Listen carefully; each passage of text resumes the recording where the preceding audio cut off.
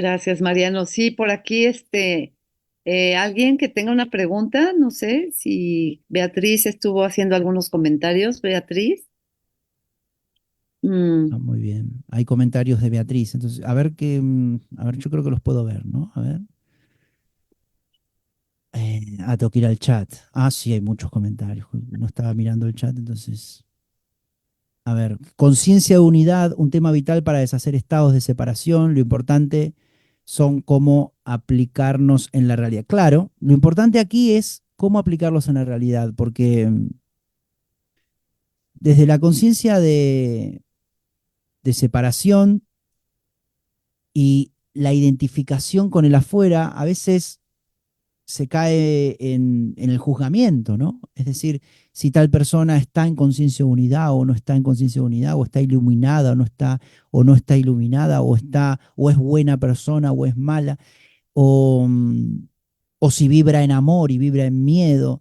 Eh, en realidad lo más importante aquí es estos conceptos que vamos a ver, que claro, que es un talento, ¿no? Tener el talento para identificar cuando la vida nos pone todas esas condiciones para que nosotros podamos actuar y pensar en base a un discernimiento. O sea, lo que vamos a ver en la materia son diferentes conceptos y conocimientos, algunos prácticos, algunos teóricos, pero ¿para qué? Para que nos den un discernimiento. Y con ese discernimiento, obviamente, eh, se toman decisiones, se decide, se elige y se empieza a aplicar en la propia vida cotidiana. Bien, que eso, como menciona Beatriz, es lo más importante. Bien, ingresar en estados de plenitud, de paz y obviamente proyectarlos, porque mucha gente, y de hecho en el último retiro que hicimos con mi pareja, que hablamos mucho de estos temas, que es un tema fundamental, cómo ingresar en la conciencia de unidad, que luego tiene muchos derivados, ¿no? Pero mucha gente pregunta, claro, ¿cómo lo traslado a mi familia? ¿Cómo lo traslado a mis hermanos? ¿Cómo lo traslado a mis hijos? ¿Cómo lo traslado a mi jefe? ¿Cómo lo traslado a XXX infinidad de personas? Y en realidad lo importante ahí es, quien está pensando así es el propio ego. Porque lo importante es preguntarse cómo lo traslado a mí mismo, cómo lo traslado a uno mismo, primeramente, ¿no? Primeramente, cómo cambio mi percepción. Ese es el planteamiento inicial. Desde esa base hay que partir. ¿Cómo modifico mi propia percepción? Porque si uno es el mundo, no hay separación, uno es el mundo. ¿Bien? Entonces, si uno modifica su percepción y proyecta una percepción sana, una percepción de unidad, el cambio en las otras personas se va a producir tarde o temprano, pero ese cambio no está en manos de nosotros mismos. Al propio ego le encanta controlar la realidad y estar, o sea, ser referente en el despertar de conciencia de otra persona, pero ese despertar de conciencia o despertar espiritual, que es ni más ni menos que despertar a la conciencia de unidad, es decir, dejar de ver con separación, está a cargo de la conciencia universal creadora en otras personas. Por eso, en lo único importante a trabajar es en nuestra propia percepción, en nuestra propia expansión de conciencia, y luego cómo llevarlo hacia nuestro entorno. Simplemente proyectar unidad, simplemente proyectar ese sistema de pensamiento y proyectarlo naturalmente, no egoicamente y forzosamente. Simplemente vivir la conciencia de unidad en la vida cotidiana. Y de ese modo va a llegar a las familias, va a llegar a los hijos, va a llegar a los abuelos, va a llegar a los padres, va a llegar a los alumnos, va a llegar a los compañeros de trabajo, al jefe, a los gerentes en el mundo empresarial, a nuestros propios emprendimientos también, que los emprendimientos también de una persona que está en conciencia de unidad, en línea se habla de empresas conscientes o emprendimientos conscientes. ¿Qué es eso? Básicamente es una persona que ingresó en conciencia de unidad y quiere hacer un emprendimiento sin afectar a otras personas o sin afectar a otros organismos, se puede decir también emprendimientos amorosos. Bien. Así que bueno, gracias Beatriz por ese comentario. Marilu, que tienes la mano levantada, perdón, que estoy Bueno, hablando mucho. creo, no, no, maravilloso. La verdad es que nos regresas a un entendimiento que es indispensable en la vida diaria, en la vida de cualquier ser humano.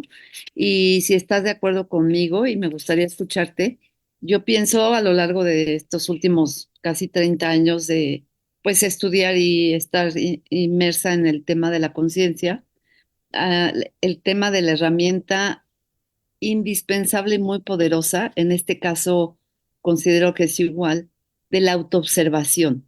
Ujú, Creo que no hay poder humano para cambiarte a la conciencia de unidad, solo decirlo, es un trabajo constante de autoobservación, porque la mente nos engaña, la mente dual, de pronto pensamos efectivamente de que si una persona hizo y hoy ya me enojé o tengo miedo de que esto salga mal, etcétera, ¿no? Toda la realidad dual, si no estamos en el aquí y en el ahora realmente y en una autoobservación de los pensamientos, se hace casi imposible. Entonces, ¿qué opinas tú de ejercitar este trabajo de autoobservación, Mariana?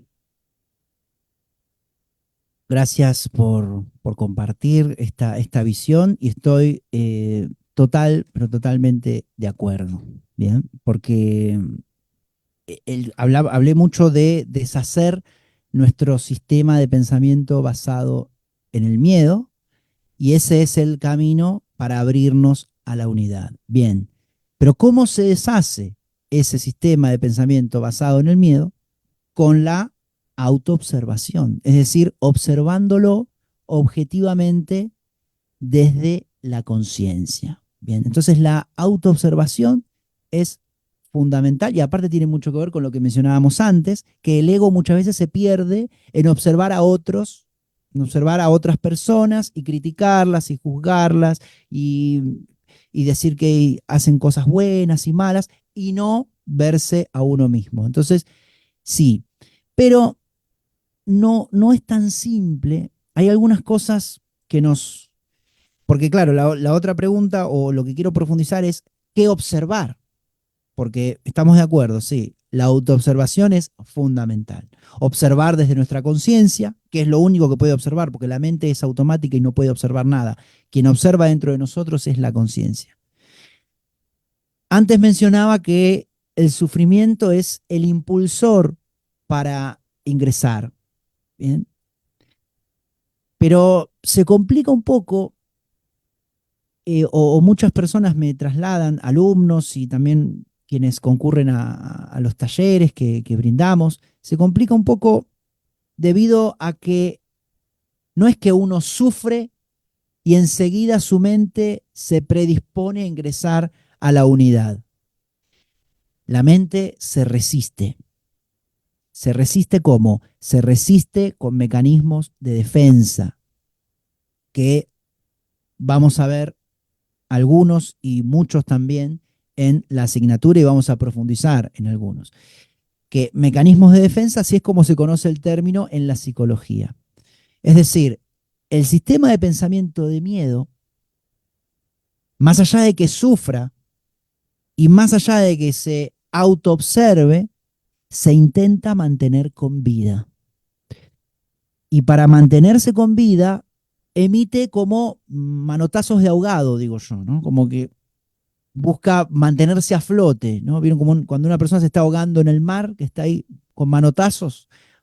Busca, esos serían los mecanismos, haciendo la analogía, eso sería en el plano físico, una persona haciendo manotazos de ahogado, bueno, la mente emitiendo mecanismos de defensa sería análogo a una persona en el plano físico eh, haciendo manotazos de ahogado.